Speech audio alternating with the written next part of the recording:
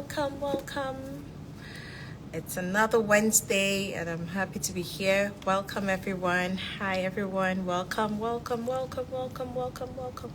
just waiting for a few more people to join, and then we'll begin. Hi, hello, everyone. I'm waving right back at you. Welcome. I hope I'm loud enough. Hi.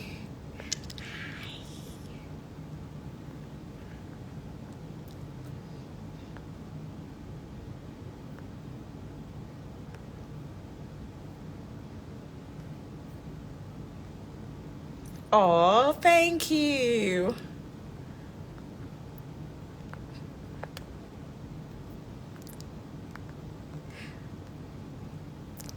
Thank you for the compliment. Oh, I look so beautiful. Thank you. I'm beautiful. And I'm goofy too. Don't mind me. Okay, so we're just waiting for a few more people to join, and then we'll get started. So we'll give them just a few more minutes, and we'll dive in.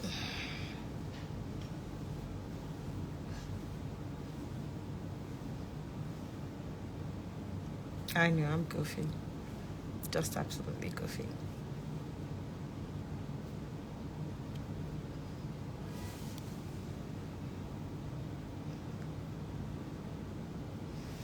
Yep, internet checked. We're good to go. So, yes, so let's begin. I hope I'm loud enough. Oh, yeah, hello. Hi, beautiful yourself. Good afternoon. Wherever you are, good afternoon. It's afternoon here in Lagos, so from Lagos to the world, they say. So I'm guessing. Good afternoon. Don't mind me. Just being goofy. So welcome, everyone. Welcome back. For those that have been tuned in from the very beginning, I say thank you for coming week after week to just come listen to me talk and listen to other people join in the conversation. Thank you. And for those that are new to this, I would like for you, if you would love to catch up, all the past videos are on my Instagram page, and I think some of them are also on my YouTube page, which is Shalakwi Azazi. So look for it and catch up if you would like to. What we do here is we generally just talk about what autism is and how it has affected us, how it has affected our lives, and what we're doing with the diagnosis, what we're doing as a family, as a caregiver, and all of that. So I will do a quick introduction of myself, and we will do a recap of what we talked about last week and dive right into what we're going to be talking about today. So like I said, hello everyone, my name is Shalakwi Azazi. I am the founder of Cradle Lounge Special Needs Initiative, and I am a certified autism specialist. I'm an inclusion advocate, and I'm also an autism parent coach.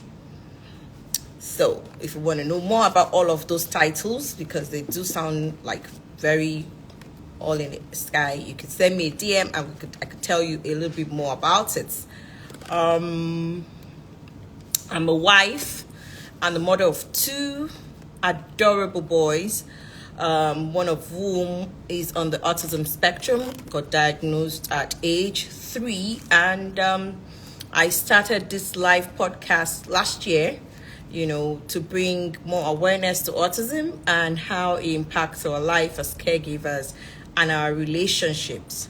And so in time past, I've always brought a guest on, and so last week I decided, let's take it all the way back and talk more about what autism is and what it isn't, what are the early signs to look out for, and I try to break it down to the barest minimum of, okay, these are the technical terms they're using, but what does it look like in reality?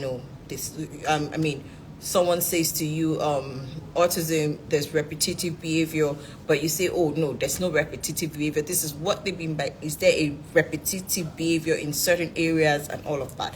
So I talked a whole lot more about all of this, these signs and what it really does mean. And so if you want to catch up on all of this, you can go back, like I said, to my page, and you would see some of those videos that I put up with regards to this.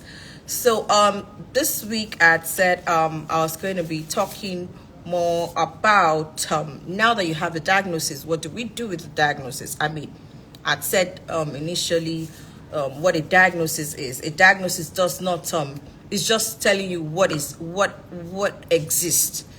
It's not saying it's a future of what would happen. A diagnosis isn't I mean, it just helps you to know what the current situation is. It's not a it's a roadmap to tell you this is what is happening, this is where we've seen concerns, this is where we've seen X, Y, and Z. And so what you do with it next is what determines the future for your child and for you. And that being said, I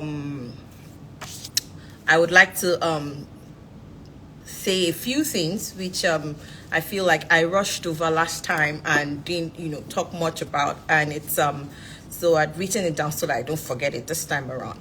But just to put it out there, this is an interactive session. If you have questions, you have comments, please feel free to shoot, talk, put it up there. I'll pick it up. If you would like to join the conversation, you can send me a request. I could you could join the live chat, and we could just have a good time.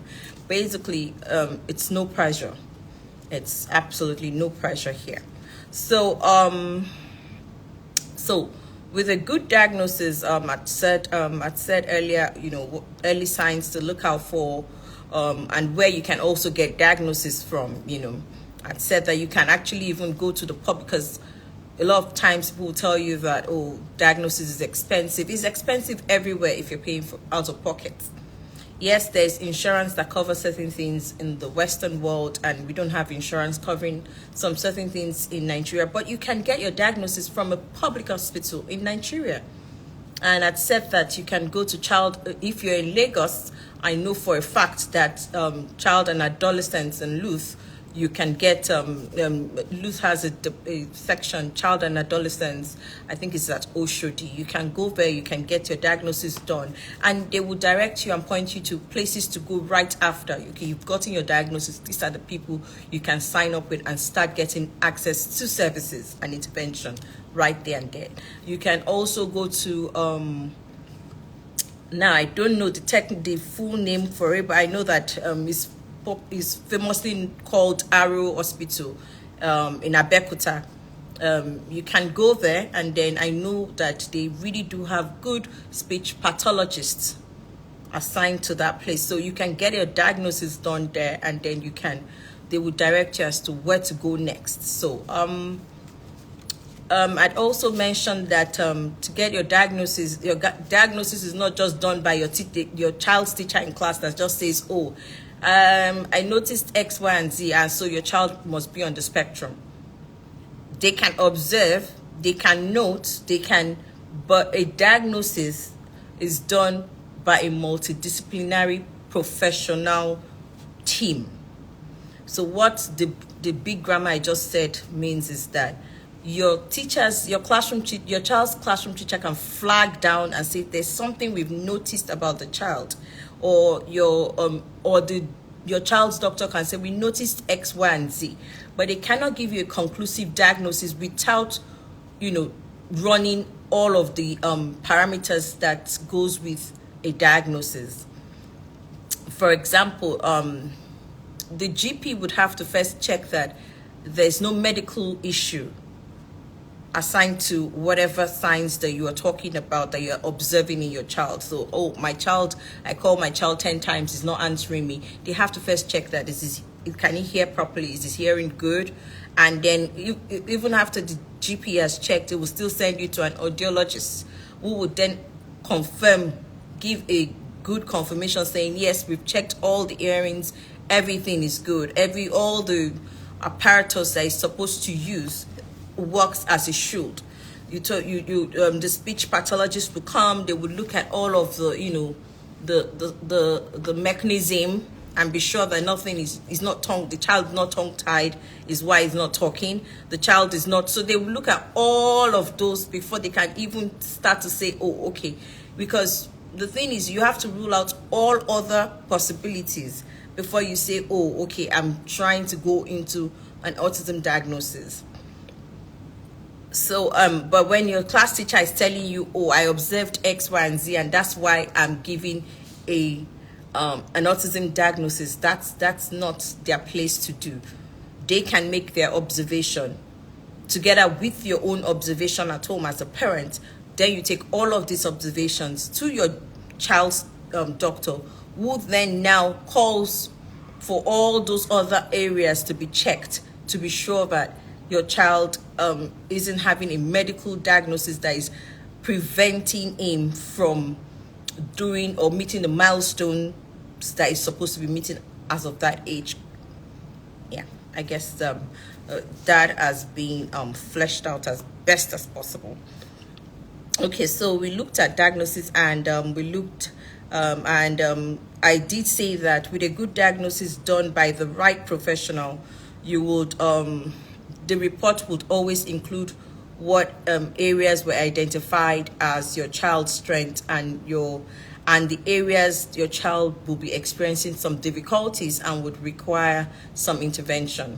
It's very important, because when you say, okay, I've gotten a diagnosis, if your diagnosis doesn't contain all of this, then there's a problem with the diagnosis, because apart from it saying, oh, this is what we think is going on, it should show you this, it should be particular, I should be able to break it down that these are the areas of concern.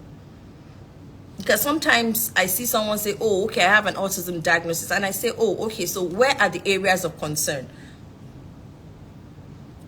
And so that is why you need a professional that knows what they're talking about, because then they would not be giving you a copy and paste diagnosis. They would have taken their time out to identify.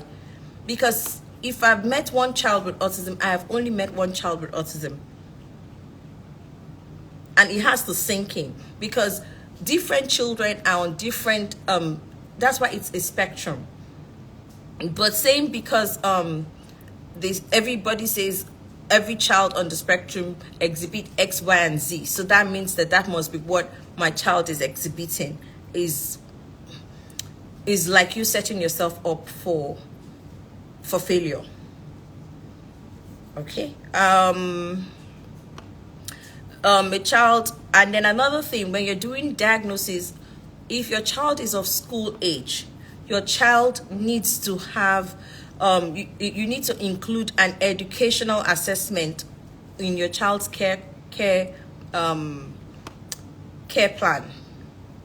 I'll explain what a care plan is later, but I'm just saying that when they are doing the diagnosis, part of the people that will be assessing your child has to be a SEN, as the special education needs person, a SEN coordinator, or an educational psychologist, someone that can be able to chart an individualized plan, educational plan for your child. Because it's of if your child is of school age, and you've gotten a speech diagnosis, you've gotten an occupational therapist diagnosis, but you've not gotten an educational plan, what's the goal for that child? What's the outcome? You have to start to think and plan with all of that. But if you don't, am I going to put my child in a special needs school? Am I going to put him in an inclusive school? For me to put him in an inclusive school, what are the accommodations that my child will be needing in that environment? Things like that are the things that you should start to think about, because that's the what next part of it. So I said that I would explain what a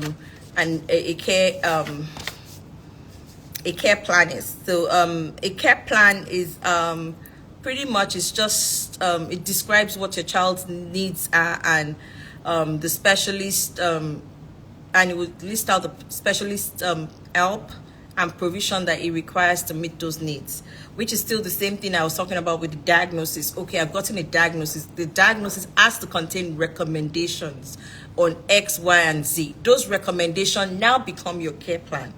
They are now like your own tool, your guide to what to do next, how to get my child from where he is at now to where he needs to be.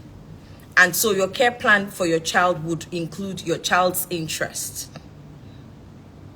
your child's educational plan. If your child, the child needs to have a special education plan. It would include your child's health needs, because sometimes you see that there are comorbidities that exist with autism.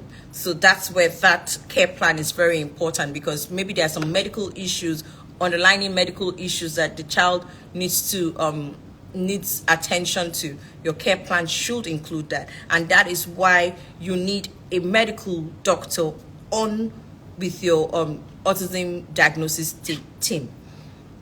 Your care plan should include the child's communication needs and social needs, behavior needs, and that's where you have intervention in areas of ABA, teach, all those intervention would then come into, okay, now that we have identified the needs, how can we get the help that we need? And in as much as I want to go right into all of that intervention or not, I want to pause here and just talk about from a caregiver to another caregiver. Now I've gotten my diagnosis, what next? I would first start by saying you need to take a deep breath. It might seem like that's the end of the world. It might seem like, oh, okay, this diagnosis just, put the last nail in the coffin, or this diagnosis, oh, where do I begin? I need you to just, first you have to pause and take a deep breath, because sincerely, if you don't, you're just going to keep running on steam. And when you run out of steam, you'll be too exhausted to even figure out what to do next. And that's where you get to sink into all of the depression, the why me, and all of that. It's not the end of the world. A diagnosis can feel like it's the end of the world, but it's not the end of the world, because what you do with it after is what really matters. I want you to, after the diagnosis, you need to try to be kind to yourself. It's very important. And how can I be kind to myself? You need to take care of your mental health. Be sure that you are in the right frame of mind, in the right mental space to be able to give. Because it's overwhelming. When you get the diagnosis, it can take you to spaces that, because getting a diagnosis like that almost feels like a grief process. Because as a caregiver, when you were, pregnant with a child and all of that, you probably, had your dreams for the child all set up. Oh, I want my child to be this. I want my child to be that. This is what, you would have. I'm telling you, from my own personal experience, when I was pregnant with my son, I planned the entire future all the way to the university he would even go to. And so getting the diagnosis was for me like, oh wow, that future that I dreamt of, what's going to happen to it? So that's what I mean by it could feel like a grief process, because you have to learn to let go of that and focus on what you have, the present. And that's where giving yourself time is very important, because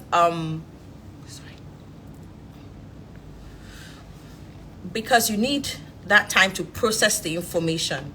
And I know that there's that temptation once you get the diagnosis to run to Dr. Google, but you need to pause, because if you are not in the right frame of mind, you would realize that all you're seeing is the negativity out there.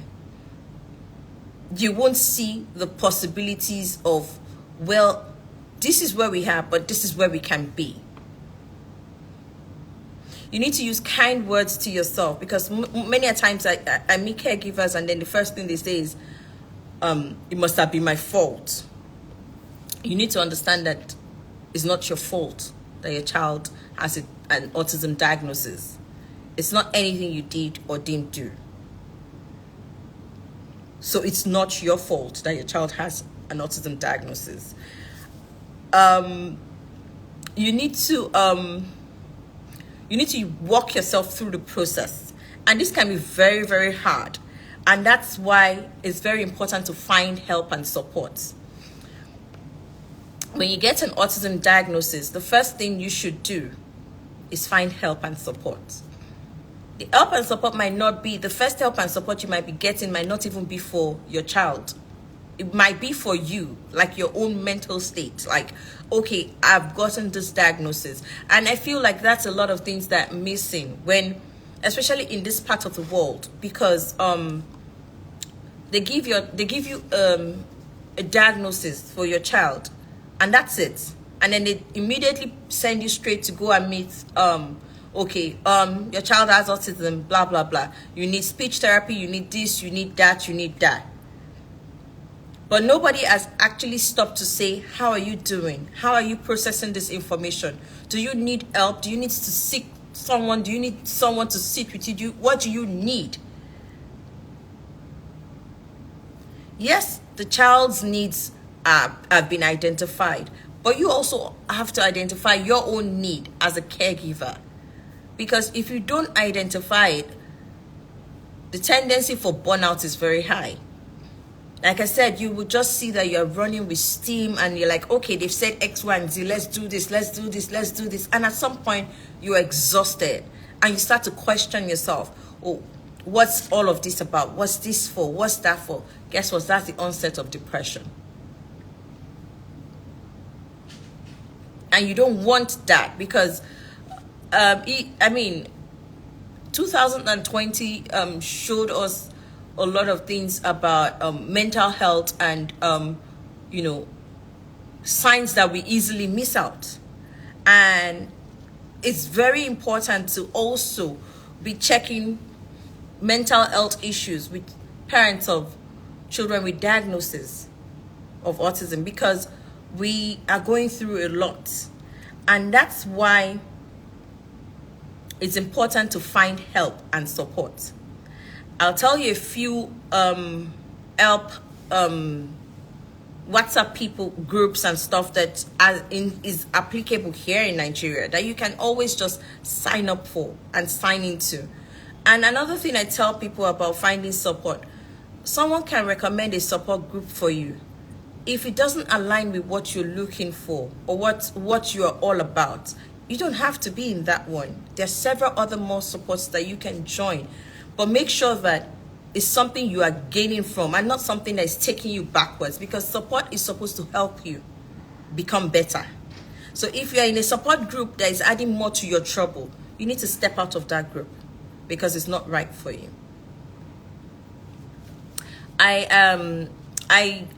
Over the weekend, I sat in with a group of moms, and it was a support group, and I really, really did enjoy a lot of it was fun, it was good, I loved it. And for me, I felt like we should have more of that going on.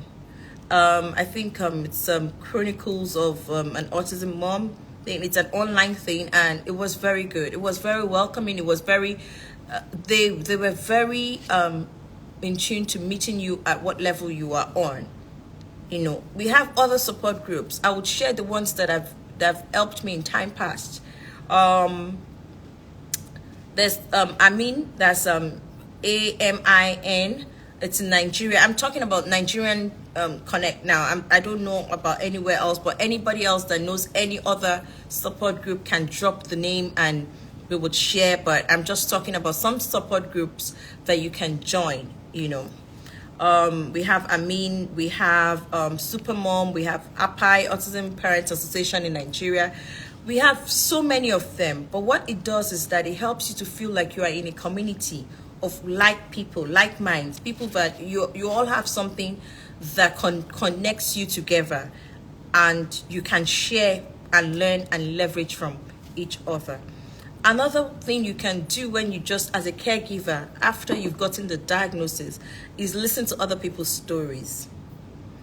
Now, when I say listen to other people's stories, it's not to bring you down, but it's to share hope. It's to share inspiration. It's to just to let you know that you won't be in this space and time forever. It's a journey, and you will grow and you will move. And it's just sometimes you never can tell another person's story. You might be able to learn and pick something that is useful to your current situation from just sharing, from just listening to other people's story. I will put in the show note a lot of podcasts and all these other stories that I listen to. And this is even one of the reasons why I started my ASD story, because I also realized that in as much as we're listening to other people's story, a lot of all the stories are not very contextualized. We hear a lot of stories from the Western end, or most of the stories you hear are from people that might be Nigerian or African, but they are not living in Nigeria or Africa. And so in your mind, you're like, oh, okay, but they won't understand what I'm going through, or they won't understand what, But sometimes you can always borrow those nuggets and see how you can apply those nuggets into your own situation. Another thing you can do after getting an autism diagnosis is educate yourself. Education is the key. It's like it opens doors to a whole lot of things.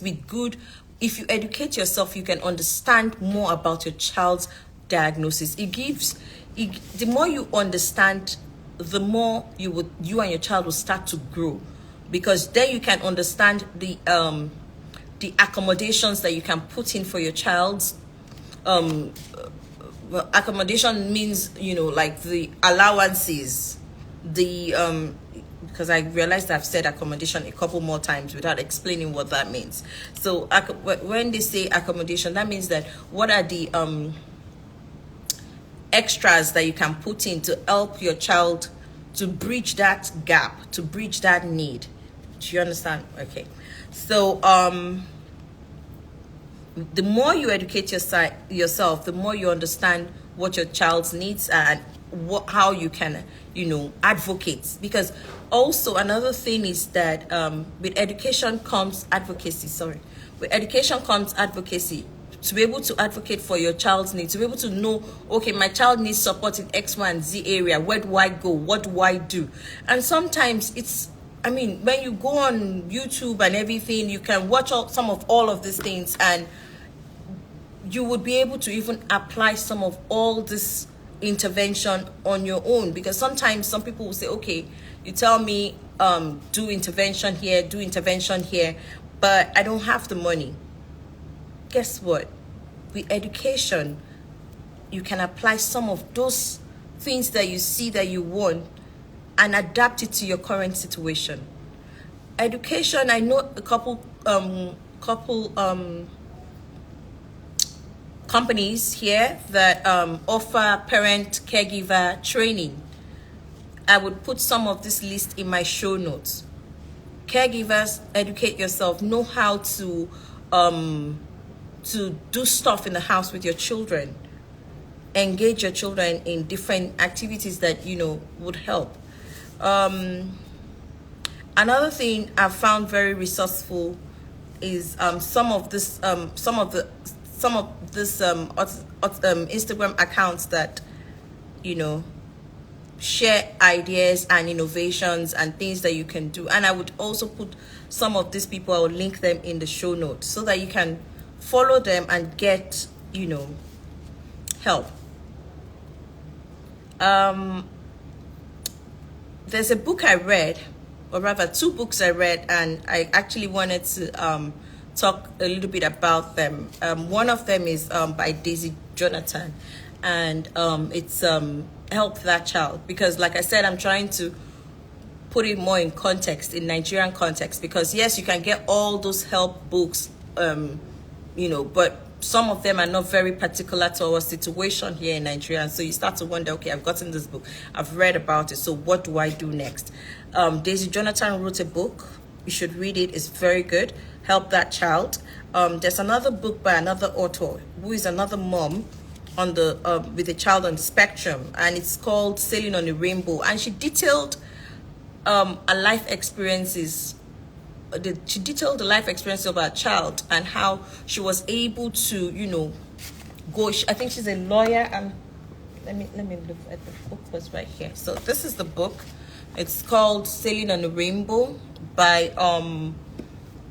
Adeshola Toyin Adeshokon. Very good, because she was able to take you through the process of, the sense of loss and a diagnosis, and where she went through, what she needed to do to get her child to where a child needed to be. Very good book. Another thing I want to advise you as a caregiver who has just gotten a diagnosis is find your center. I say that a lot. For me, it's my spirituality, it's my religion. I whenever I start to wobble around or I feel disconnected, is because I'm disconnected from God.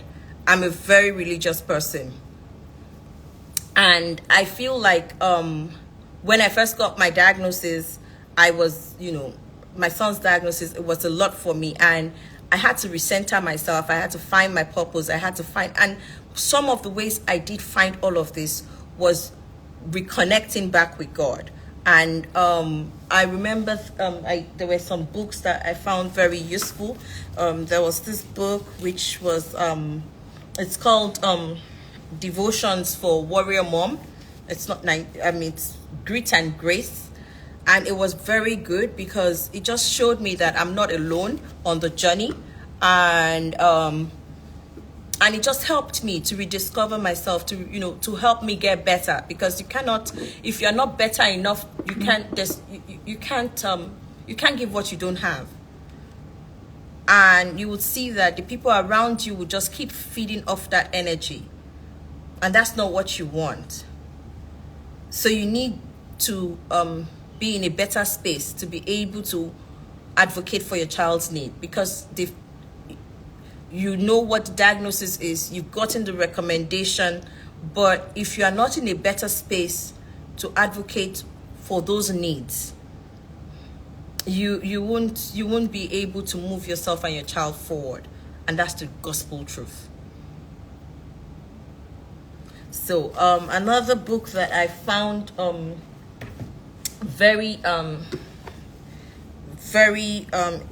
helpful when I started the journey is it's called Refresh. It's a spiritual nourishment for parents of children with special needs, and it was very good because it would give you some questions as to helping you to rediscover who you are and what your purpose is, and it was good. Sorry, yeah, I would share the book. It's here. And another book, because like I said, when you educate yourself, you better understand what you need to do. Another book that I loved so much, and I feel like every parent with a child on the spectrum should get, is it's called 10 Things Every Child with Autism Wishes You Knew. Very good. So I can go on and on and on about all of these resources, a bunch of them, but basically what I'm trying to say is you cannot downplay educating yourself, knowing what your child's rights are, knowing where to find the services that your child requires, knowing how to get the services your child requires, knowing how to find what you need. Because it's not also about your child. Remember that when a child gets a diagnosis, it affects all of you as a family. So you have to start to think of, as a family, how do we move forward? What do we need to grow? What do we need to heal as a family? What do we need to reshape our new me, new situation, because if you don't heal as a family. Oh, okay. Thank you, Fatih. Great books. I will put all the titles in the show note. Thank you, Fatih. Yes. And then another thing I wanted to share was, apart from the books, I wanted to share that you start to look for resources, because okay, like I said, okay, I've educated myself. I don't have the means or the resources to do some of this intervention. I don't think if you tell the speech therapist that you want to sit in one of the sessions, they would object to it, because at the end of the day, remember that it's a 360 intervention. If you want results, it has to be the same thing the therapists are doing in their one-on-one sessions should also translate to what we're doing in the home front, so that we are sure that we're not teaching A and then at home we're teaching B and confusing the child. So if I decide that, okay, I've paid for 2 sessions with my speech therapist, my speech therapist has told me that my child needs at least 4 sessions weekly. I cannot afford 4 sessions. However, I will tell my speech therapist, I can't afford 4 sessions, but I can afford 2 sessions. Can I sit in one of the sessions and maybe take one of the sessions at home with my child? And so, okay, I work with my child based on what I have learned. But remember that whatever you're doing has to be what you're sure that you have learned. Because sometimes, again, if you know you cannot do it, don't do it. Because you don't want to mess up what has started happening or the change that is already occurring with the child. And you don't even have to do it the exact, like, okay, maybe with the speech therapist, I'll give you a classic example. Like maybe the goals that we're teaching the child are core words, for example, how to use functional words appropriately. And so we're teaching the child take, go, buy. That's what the speech therapist is working on, right? But when we're at home, we can't contrive those situations that the speech therapist would have in our own small space. But you can decide to adapt it to your environment. Okay, I forgot to mention. Also, another thing that you need to do is create an enriched, enabling environment for your child. You have to show your child unconditional love, because it's not their fault that they have the diagnosis, but they need to know that they are loved regardless of their diagnosis. It's very important. And now, going back to getting some of this home intervention done for your child. You have, sorry, I think I saw a note flash in my phone, and so that was why I remembered that I didn't mention that. But back to home intervention plans. So someone has told you, we need 4 sessions. I can't afford 4 sessions. I educate myself on what it is that the therapist is doing. And I try to, recreate such intervention, but within my own space. For example, we're working on core words and stuff like that, or we're working on labeling stuff. And I know that, okay, I might be in the kitchen, I might tell my son, this is pots, this is this, and that's what we're labeling. So we are also labeling, but the child is learning to label while the child is in the session, but we are also labeling while we're cooking in the kitchen. And you can make it as fun and interactive as possible, because what you're trying to say is that, look, I'm creating an enabling environment, and I am also trying my possible best to get the intervention that my child needs to grow,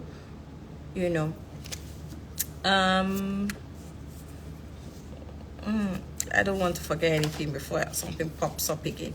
So yes, and where can you get some of these materials? I know that there's some learning tools and learning materials. Some are free online, some you pay a token for. But I would share some of these resources, or where to get some of these resources from.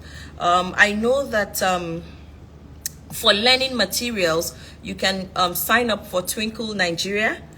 They have a broad special educational needs section where you can get certain things downloaded with step-by-step guide to help you with some of this home intervention that you want to do with your child. I would share the others. There's quite a list here with me, but I will put it in the show notes.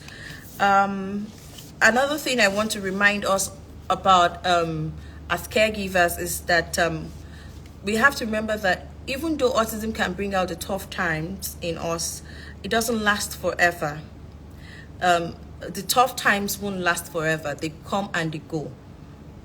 And the only reason why they will come and go is because of what you put in.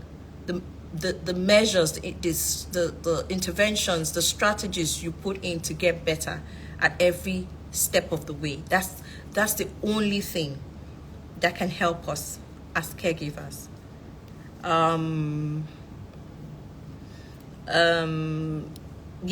Another thing I wanted to say is that in everything, you have to remember that as carers, you also need to care for yourself. You need to take care of your needs because you are number one, and you cannot give what you don't have, which is what I say all the time. And I'm still saying it. I'm sure that in the past message that I've just said, I've said it like maybe 10 times.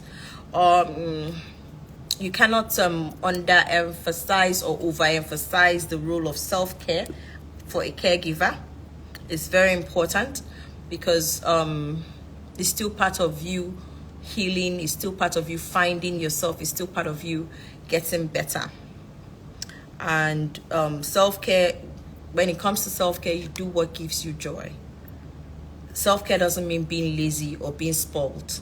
It's just you filling the tank. So filling your joy tank, taking care of yourself mentally, physically, emotionally, and what's the last one? Mentally, physically, emotionally.